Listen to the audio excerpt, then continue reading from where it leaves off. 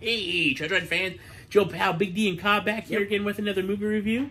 And this week, we stopped the Star Trek. We have moved on now to Batman. That is correct. We have watched Batman, the first one, and we're talking the Michael Keaton Batman from 1989. Did you start with those Batman movies? Is that the first Batman movie you started with?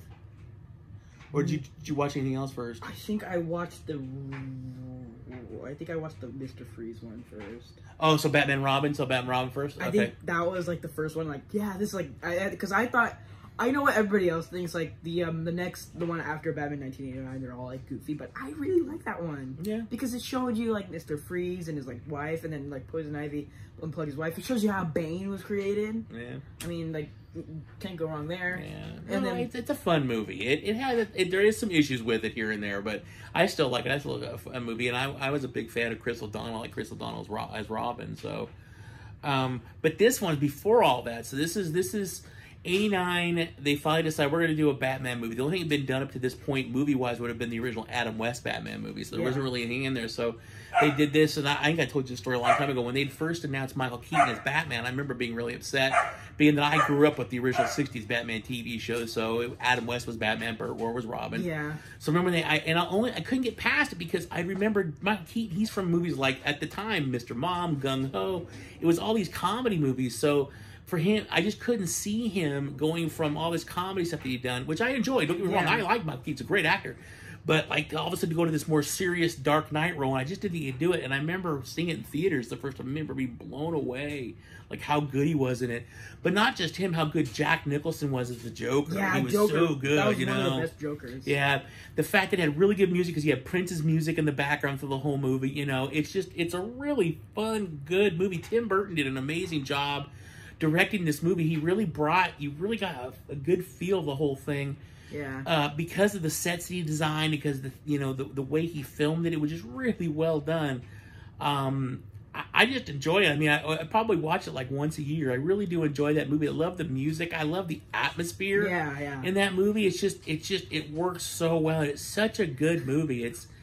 The only thing I have to say that doesn't hold up, and this is no joke, when we were watching it at the end, when the Joker falls, that looked really bad because you could just kind of see with some little CGI guy they kind of put in there, but it was 89 CGI, so it wasn't quite perfected, so it just looked like this weird little gobbledygook kind of thing flying. And then, like, remember them they like shot the gas? It was like drawing. Yeah. So obviously it has some limitations because it was made in 89. It's not made in 2020. So it had some limitations, but it's still really well done. The acting is really good. They picked great people to play these characters. I mean, like I said, Jack Nicholson, Michael Keaton. You got, was it Danny Elfman doing the music? I mean, Kim Basinger was in it. But about the music, I played this Lego Batman video game, so I'd hear all the music, and then I watched this Lego Batman TV show. So when I watched it for the first time, because we were doing his movie challenge, that was the first time I watched it. I was like, this is really good. But I like hummed like the whole music thing because I knew it from like everything that I watched Batman. But leading up to this movie, I've never seen it, so it was really new for me. I mean, it was fun. I mean, they redesigned everything. They got a brand new Batmobile, which I liked. I liked the new version of the Batmobile. Yeah. That was really cool. They did such a good job at it. And funny thing is, the actual Gotham sets are still built. I saw a documentary not too long ago about old movie sets that still exist, and the Batman City set still exists. I can't remember what country it's in, but it still sits there. It's all in shambles now. It's been sitting up there for like 30 years, but it still exists. But isn't the set like in like a big like a room, like a huge room? No, this is actually built on the outside. It was actually built outside. Yeah, really? Yeah, some of the shots. It's like in a big like room. It feels like that. Yeah, but it was built outside in some little town. They built up this whole thing, and it still sits there because they didn't tear it down. They just they filmed the movie and then they left. They just left it there. So what about like the Jaws? Like, didn't they find the Jaws? The Jaws shark? Well, they found They found one of the Jaws sharks at a junkyard. Basically, they found one of the versions of the second one. No, it was from the first movie. It was still from the first movie. Oh. It was still from the first movie. They made 4 or 5 different Jawses for that movie. So they'd found one of the last surviving ones sitting there on some old lot. I think it was sitting up in a tree. And so they pulled it down, and they gave it to a guy named Greg Nicotero, who does all the special effects for The Walking Dead. And he's done a bunch of special effects for a ton of movies over the years. He worked with George Romero. I mean, this guy's a master of special effects. He's worked with Tom Savini, so all the big names. So he took the shark, what was left of it, and he redid the whole thing, cleaned it all up, made it look beautiful, and apparently it's on display now. I don't know where, but it's on display. Isn't it in, like, Santa Cruz? No, it's not in Santa Cruz. I think it's at some museum in Los Angeles, I think. But it's like I think there's a museum that's like all movie prop museum or something like that, and it's there. But it looks awesome. I saw the finishing touches on it. It looked awesome, yeah.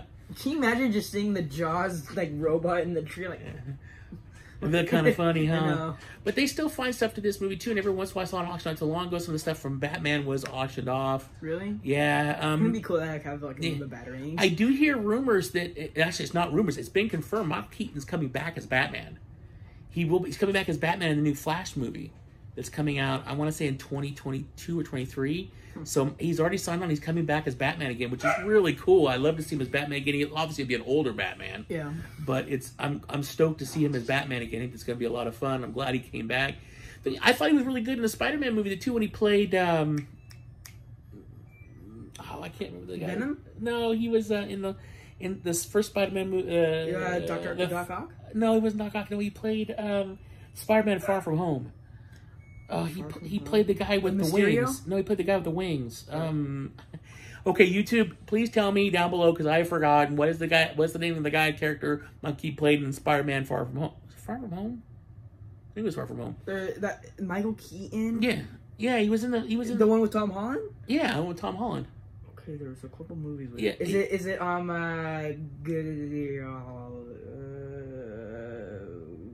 is it the other one where like on the cover he's like all like laying down with music in his head?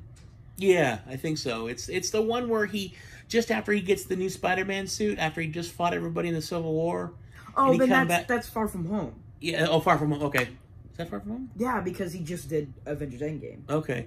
So that's the one where... God, I wish I could remember the name of the character. Mysterio. It's not Mysterio. Mysterio was in part 2. But anyways, you know, he was really good in that movie. Again, he played a Marvel villain this time, but he did a really good job. So he's always been a really good actor, but I'm really glad to see him come back as Batman again because he kind of made Batman. He brought Batman to the forefront. Isn't there going to be another actor for Batman? Like Jason well, they're talking about... The rumor floating around is right now with the Batman movie is they want to bring they're trying to get some of the other people that played Batman to be in this movie because the whole point of the Flash movie is he's going to go to parallel worlds. So, you know, but the rumor is they're trying to get Christian Bale. They were trying to get Val Kilmer, which might be hard to get Val Kilmer. He's pretty sick now. And they were trying to get George. He was in the third Batman movie, Batman Forever. I don't think you've seen that one yet. Batman with Riddler? Yeah. Yeah, I've seen with Jim Carrey? Yeah. Yeah. Yeah, that was Val Kilmer played Batman in that one. Oh. And then George Clooney played it in the fourth one. He wasn't really a good Batman. No, I didn't see him really dark. Yeah, I agree with that. He wasn't a very good Batman. But you were telling me like that was the only actor they had. Yeah. At that point, they couldn't get Michael Keaton come back after the second one. He didn't want to do it anymore. He wanted to move on to other things. So, you know, a lot of actors do that. So, but rather because there's like how many Batmans? Like, okay, so there was Michael Keaton. Mm-hmm. What's the forever one? You got Michael Keaton, you got Val Kilmer, you have George Clooney, you have Christian Bale, you have Adam West who played the original Batman. Who's the one from Batman vs Superman? Batman vs Superman, you got Ben Affleck. Ben Affleck. Yeah, and then now we have Robert Pattinson who's going to be in the new Batman movie coming out. That's what I was saying, Robert Pattinson. Yeah, Robert Pattinson. So there's 7 Batmans. 7. Yeah, that's a lot of Batmans. And we're probably forgetting. There's probably one in there from the serials back in the 40s or something like that. We're probably forgetting about. But that's the more modern Batmans would be those. What about the one from like the Killing Joke or the new one that just came out? It's been different actors, but the one guy who's done Batman quite a bit was actually in the crossover. And of course, I forgot his name now too. But the one guy that does the voice, he's done the voice for Batman quite a bit over the years. So they've had a few other actors do the voices too. But I mean, like for the cartoons. Yeah, it's just one guy. I can't if I could do my phone, but we're filming. You know, I could look it up really quickly. I can't believe I forgot his name too. He's a really good. He's a really good character actor. He was. Is his name Bruce something? No. I want to say it's Tim, but I could be wrong on that too. That's the guys who plays the Batman in the Death in the Family names Bruce something. So, but you know, you should watch. I will. I'll be watching that. But you know, really good movie, really fun. The music again is awesome.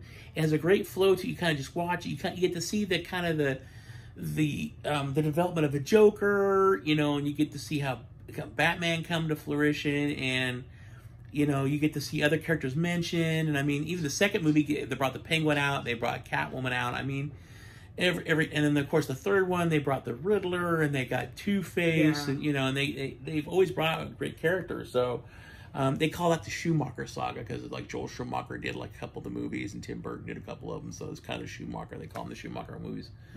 But really good stuff. I mean, great. And to be honest with you, when they announced Christian Bale's Batman Begins, I remember even at that point thinking, okay, no. Again, Michael Keaton did a great job. I don't see it happen again. Then Christian Bale came in, he did a really good job too. So, but like he made his voice like really deep. Yeah. So it's like really hard to like picture him as Bruce Wayne, and then Batman like, wait a second here. Very true. Very true. Yeah. But that is it. That's it for our review. Unless there's something else you want to say about Batman. Well, that is our. Oh yeah. There's this new Lego coming out. It's called it's like UCS almost, and it's the Batwing, and you can like literally like mount it on your wall. It's the one from 1989, and they updated his suit, so it's like his cowl's connected to his like thing. It's like the original Batman, and he doesn't have a felt cape. He has like a plastic cape. Oh really? Yeah. Oh, interesting. So. I want to check it out. I just want the figure, not the set. Of course. Of course. All right, everybody. Thank you so much for watching. Really appreciate it. Click the like and subscribe button and the bell. Leave us a comment down below what your thoughts are on Batman 1989. And be on the lookout for him going into a Dollar Tree and reviewing the movies he got. That's right. So thank you all much for watching. We really appreciate it. Please take care out there. Always keep pumpkins. You never just gonna find. And as always, live long and prosper. Bye.